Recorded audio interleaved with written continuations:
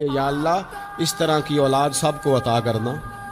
یا اللہ دیکھنا اس بیٹے کو کبھی تیز ہوا نہ لگے۔ دو قسم کے بچے ہوتے ہیں، ایک بچہ وہ ہوتا ہے جس سے ماں باپ بات نہیں کرتے، کوئی کام نہیں بتاتے، کوئی گفتگو نہیں کرتے، وہ کہتے ہیں اس کو تمیز ہی نہیں ہے بات کرنے کی، پتہ ہی کوئی نہیں کیا کہہ دے گا۔ وہ بیٹا ہے، وہ ہو سکتا ہے اس کی وہ کسی کے سامنے شکایت نہ کرے لیکن وہ اسے کوئی کام نہیں بتاتے۔ ایک بچہ ایسا ہوتا ہے جس پہ ماں باپ سارا ہی بوجھ رکھ دیتے ہیں، انہیں پتہ ہوتا ہے کہ میں نے جو اس نے کہنا ہے وہ اس نے کر دینا ہے۔ اب وہ بچہ سکون دیتا ہے، ماں باپ اس کی وجہ سے اپنے دل میں راحت محسوس کرتے ہیں۔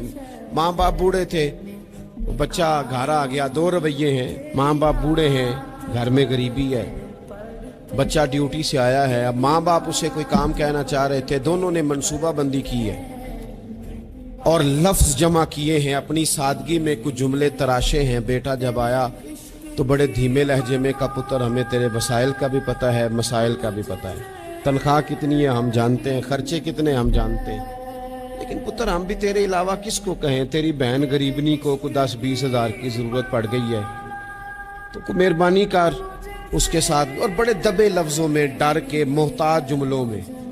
بچہ تو ایسے ہوا جیسے پہلے سے ہی تیار بیٹھا تھا، لاوا تھا، پھٹ گیا، کہنے لگا ابا جی آپ ہر وقت مجھے تکلیف ہی دیتے رہتے ہیں، اماں ہر وقت آپ کام بتاتی رہتی ہیں، بہن کو سمجھائیں نا آپ کہ میرے پہلے ہی بڑے مسئلے ہیں، میں کہاں سے اسے پیسے دوں، آپ اسے کہیں۔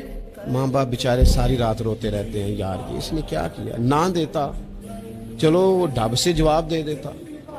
ایک رویہ دوسرا ہے، بیٹا گھر آیا ہے، ماں باپ نے بات کی، کہا پتر وہ تیری بہن کو کوئی ضرورت تھی اور ہم تیرے مسائل وسائل دونوں کو جانتے ہیں، دل نہیں کرتا تجھے کہنے کو، لیکن پھر ہم تو اب عمر کے اس حصے میں ہیں کہ مزدوریاں نہیں کر سکتے، تجھے ہی کہنا ہے، تو اگر تو محسوس نہ کرے تو کچھ رقم کی ضرورت تھی۔ تو پتر اٹھ کے قریب بیٹھ گیا ماں باپ کے اور اس نے ہاتھ پکڑ کے باپ کا چوم کے کہا ابا جی مجھے آپ ڈر ڈر کے کام نہ بتایا کریں، آپ حکم کریں، میری جان بھی حاضر ہے۔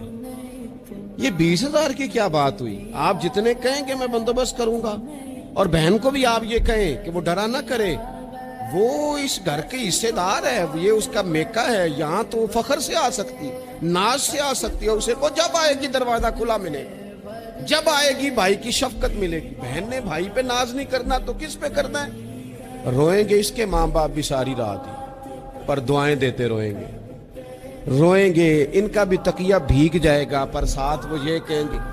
آپ جب بے ادبی کرتے ہیں تو تکلیف ہوتی ہے، اور جب ادب کرتے ہیں، جب آپ اکرام کرتے ہیں، جب آپ کے لہجے کے اندر خوبصورتی ہوتی ہے۔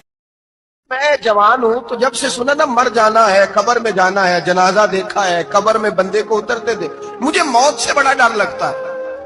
کوئی وظیفہ بتائیں یا مجھے کوئی نصیحت کریں۔ تو میر عبد الواحد بلگرامی رحمت اللہ علیہ فرمانے لگے بیٹے تیری جیب کس طرح کی ہے، پیسے کس طرح کے؟ کہنے لگا حضور بڑا کرم ہے اللہ کا، مالدار ہو، خوشحال ہو۔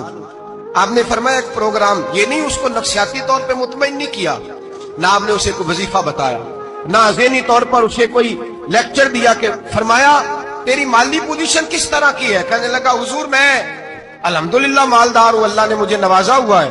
آپ فرمانے لگے اس طرح کر، روزانہ کی بنیاد پہ صدقہ دینا شروع کر، اور فرض نماز کے ساتھ ساتھ روزانہ کی بنیاد پر چند نفل پڑھنے شروع کر، صدقہ روز دے، 10 روپے دے لیکن دینے روزانہ ہے، 15 روپے دے لیکن دینے روزانہ، روزانہ کی بنیاد پر صدقہ کر۔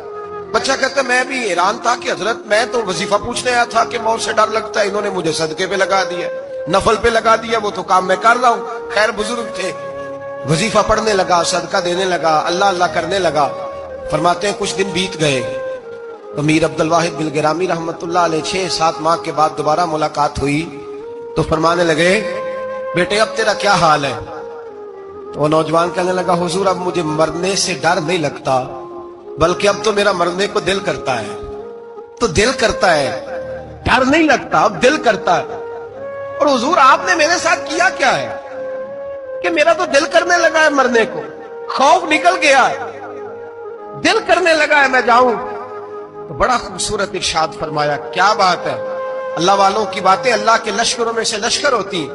میر سید عبد الواحد بلگرامی رحمت اللہ علیہ فرمانے لگے بھائی جس جگہ آدمی کی پراپرٹی ہوتی ہے، جس جگہ اس کا مکان ہوتا ہے، جس جگہ اس کی جائیداد ہوتی ہے، وہاں اس کا جانے کو دل کرتا ہے۔ فرمایا اب تو نے صدقہ دے کے نفل پڑھ کے جنت میں اپنا مکان بک کرا لیا ہے، اب وہاں تیرا پلاٹ ہو گیا ہے، اب تیرا ڈر نہیں لگے گا، اب تیرا جنت میں جانے کو دل کر